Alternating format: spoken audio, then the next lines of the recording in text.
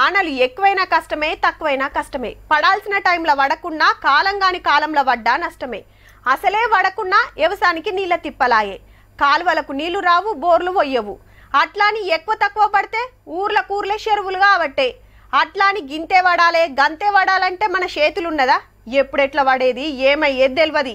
ఇగొస్తాయా ఆగొస్తాయా అని ఎదురు చూసినందుకు ఆనలు చేసిన నష్టం గిట్లున్నది. వరద నష్టం రిపోర్టు తయారైతుంది. ఆఫీసర్లు ఊరూరు తిరిగి ఏడేడు ఎంత నష్టమైందో లెక్కలు తీస్తున్నారు. రిపోర్టు రాగానే చిన్న సీఎం బట్టిసార్ ఢిల్లీకి పోయి సెంట్రల్ చేతిలో పెట్టి కావాల్సిన సాయం అడుగుతాడు అన్నట్టు.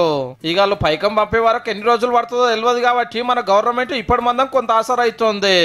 ఎక్కువ నష్టమైన కామారెడ్డి, మెదక్, నిర్మల్, ఆదిలాబాద్, నిజామాబాద్, ఆసిఫాబాద్, సిరిసిల్ల జిల్లాలకు 10 కోట్లు, కడమ 26 జిల్లాలకు 5 కోట్లు, మొత్తం 200 కోట్లు పంపుతున్నారు. పైకం తోటి కొట్టుకపోయిన రోడ్లు, తెగిన చెరువు కట్టలు, కరెంటు పోల్లు, సబ్ స్టేషన్లు రిపేర్లు చేపిస్తారట. ఆల్రెడీ పనులు నడుస్తూనే ఉన్నాయి. కాలం చేసిన వాళ్ళ ఇంటికి 5 లక్షలు, పశువులు చచ్చిపోతే 50,000, గొల్లు మేకలు అయితే 5,000 ఇస్తారట. 4 రోజుల నుంచి గడుగుతున్నాము, అస్సలు వెళ్తలేదు, పోతలేదు. అయినా చేతులు నొత్తున్నాయని ఇళ్ళ కొద్దిగా నిలబడ్డాం. బియ్యం నానిపోయినాయి, మందు సంచులు నానిపోయినాయి, ఉన్నటువంటి సామాను మొత్తం నానిపోయినాయి. చాలా మంది తీసుకపోయి ట్రాక్టర్లతో వాగులలో పడేస్తారు.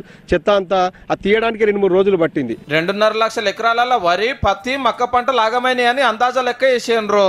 10 ఎకరాల పొలాల దాకా పోయినాయి. మొత్తం అంతా డబ్బలు పోయినాయి, ఇట్లా కరెంట్ పోయినాయి, మొత్తం అన్ని పోయినాయి. మొత్తం అంతా ఉష్క కప్పేసింది, అంత కొట్టుకపోయినాయి. ఇప్పుడు ఉన్న పంట వీగింది.